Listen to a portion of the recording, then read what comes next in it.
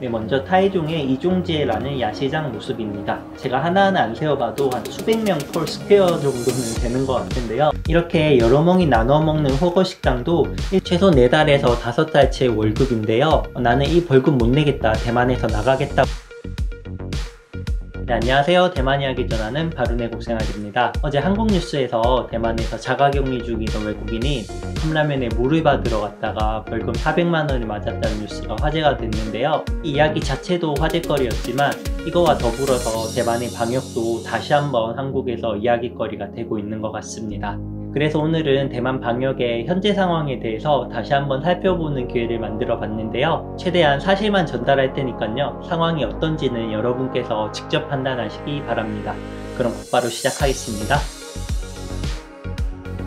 11월 9일 수요일 현재 해외 유입 확진자는 628명이고요. 대만 국내 확진자는 총 55명입니다. 이달에만 55명이 아니라 코로나가 처음 발생하고 나서 지금까지의 전체 숫자가 55명이고요. 사망자는 그 중에 7명입니다. 12월 1일부터 총 8개 방면의 고위험 장소를 정하고 이 장소 안에서는 마스크 쓰기를 의무화했는데요. 마스크 쓰기를 지속적으로 거부할 시에는 한화 12만원에서 60만원까지 벌금이 매겨집니다. 그러면 더 마스크를 정말 잘 쓰고 있는지 이 장소를 하나하나 방문해 보도록 하겠습니다. 네, 먼저 타이종의 이종지에라는 야시장 모습입니다. 제가 하나하나 안 세어봐도 한 수백 명 펄 스퀘어 정도는 되는 것 같은데요. 마스크를 쓴 사람이 몇 프로 정도 돼 보이는지 직접 한번 판단해 보시기 바랍니다. 전통시장입니다. 전통시장은 야외에 있는 탓에 8대 고위험 장소로 특별히 지정되진 않았지만 사람이 이렇게 북적북적 되는 곳에서는 마스크 쓰는 것이 좋다고 생각을 합니다. 다만 현실을 보시면 이런 모습입니다. 지하철역 종샤오도나역입니다. 지하철역은 이렇게 입구마다 직원이 막고 있고 마스크를 쓰지 않으면 지하철역 입장이 불가합니다. 혹시라도 직원이 놓치거나 마스크를 쓴 다음 안에서 벗게 되면 주변의 사람들이 투철한 신고정신을 발휘하는데요. 저도 예전에 한번 신고했던 적이 있습니다. 출퇴근 시간에 마스크를 깜빡 두고 오면 어떡하지 하실 수도 있는데요. 그럴 때는 직원에게 물어보면 정말 일회용 마스크를 하나 빌려 쓸 수가 있습니다. 버스 모습입니다. 이런 대중교통에서는 마스크 쓰기가 의무화되어 있어서 조금 과장해서 말하면 버스와 지하철이 제일 안전한 곳인 것 같기도 합니다. 제가 대만 뉴스를 쏙쏙들이 알지 못하지만 지금까지 마스크 거부로 인해 다툼이 일어나는 경우는 거의 한 번도 뉴스에서 본 적은 없는 것 같습니다. 제가 좋아하는 코스트코입니다.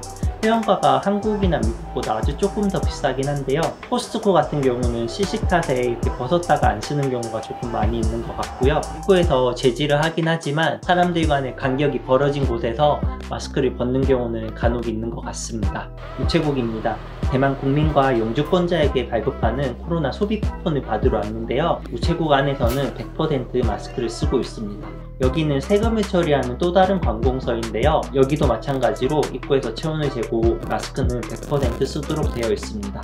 정리를 해보면 국가가 운영하는 대중교통, 우체국, 공공기관 같은 경우는 100% 마스크를 쓰고 있고요. 이를 제외한 곳에서는 마스크 쓰기가 아주 조금은 느슨해진 것을 확인할 수 있습니다. 그래서 덴탈 마스크를 사용하고 있고요. 개당 약 200원 정도의 가격에 마스크를 쉽게 구할 수 있습니다.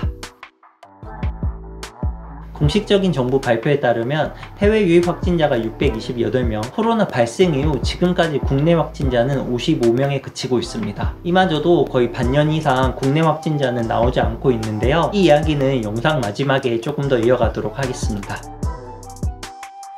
대만 코로나 이야기가 나올 때마다 국경을 봉쇄했던 대만과 국경을 열어두고 방역에 성공하고 있는 한국과는 차이가 있다는 댓글을 자주 보게 되는데요. 국경을 막았다는 의미가 어떤 의미인지 정확하긴 모르겠지만 아무도 못 들어오게 막은 것이라면 그건 사실이 아닙니다. 코로나 방역 초기 코로나 확진이 많이 발생하는 곳에서 들어오는 외국인의 경우 입국을 막은 적은 있지만 그 이후에는 무비자 입국만 막고 유학이나 워킹홀리데이, 출장 같은 비자 사유가 있는 경우에는 입국을 허용하고 있고요. 그리고 이런 방식은 현재 한국에서 진행하고 있는 방식과 동일합니다. 이렇게 여러 멍이 나눠 먹는 호거식당도 일상으로 돌아온 지 오래됐습니다. 코로나 걱정 없이 이렇게 여러 명이 호거도 나눠 먹고 있고요. 카페 같은 경우도 예전엔 한 칸씩 띄워 앉았지만 지금은 특별한 규제 없이 소비자들끼리 알아서 자리를 띄워 앉는 수준입니다. 한국에서 실시하고 있는 재난지원금 같은 성격의 기금은 없습니다. 다만 여행업계처럼 코로나 직격탄에 맞은 경우에는 직원들의 급여를 일부 보전해주고 있고요. 이를 제외하면 대만 전국민과 영주권자를 대상으로 현금 8만원을 내면 총 20만원 상당의 소비 쿠폰을 제공하는데요. 이 소비 쿠폰은 거의 대부분의 상점에서 사용할 수가 있고 12월 31일까지 사용을 완료해야 합니다. 다만 한켠에선 이 쿠폰 방식의 비효율에 대해서 성토하는 목소리도 조금은 있습니다. 관광여행업을 제외하고는 단기적 영향을 받았을 뿐 거의 모든 상점과 서비스는 정상적인 영업을 하고 있습니다. 오히려 해외여행이 줄어든 만큼 국내 여행이 활성화되고 국내 소비도 늘었다는 통계도 가끔 받아보고 있습니다. 대만이 강세를 보이고 있는 컴퓨터, IT 부분 같은 경우도 오히려 실적이 개선되는 등 코로나 특수를 누리고 있는 직업군도 있습니다. 참고로 컵라면에 물을 받으러 갔다가 약 400만원의 벌금을 선고받은 사람은 필리핀 외주 노동자인데요. 필리핀 외주 노동자의 경우 대만의 최저임금보다 더 낮은 임금으로 일을 할 수가 있습니다.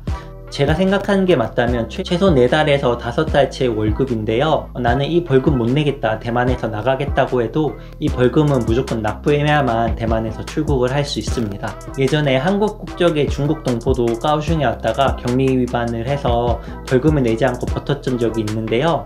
결국엔 벌금을 내고서야 출국을 할 수 있었습니다. 제가 생활하면서 느끼는 분위기에는 예전 사스의 아주 안 좋은 경험 때문인지 방역에 대해선 사람들이 정말 철저하고요. 벌금이 얼마냐에 초점이 맞춰져 있는 게 아니라 벌금 내지 않도록 방역 수칙을 최대한 지키자는 것이 대만 전체적인 분위기입니다. 방역 수칙을 어기는 사람에 대해서 강한 처벌을 하는 거에 대해서는 큰 불만은 없는 것 같습니다. 대만엔 정말 국내 확진자가 없는지 이야기로 돌아가 보겠습니다. 물론 대만 내에서도 코로나 방역에 대해 의구심을 갖는 사람들도 많이 있습니다. 그리고 외국에서도 검사 표본 자체가 적기 때문에 확진자가 없는 것 아니라는 의구심을 갖기도 하는데요. 특히 대만 국내에서 음성 판정을 받은 대만인이 해외 도착해서 검사 후에 양성 판정이 나오는 경우도 있었고요. 그리고 이와 함께 국민당 같은 야당 쪽에서도 코로나 방역에 의구심을 제기하는 목소리는 끊임없이 나오고 있습니다. 다만 한 가지 말씀드릴 수 있는 거는 코로나는 지금까지 봤을 때 한 번 퍼지면 걷잡을 수 없이 퍼지는 것 같은데 대만은 일상생활을 유지하면서도 주변에서 정말 별다른 이상 징후가 나타나지 않고 있거든요.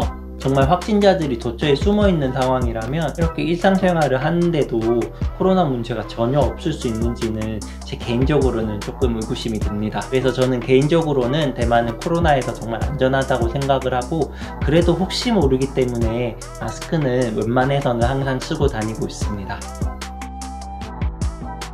대만 인구가 총 2,400만 명 정도 되는데요.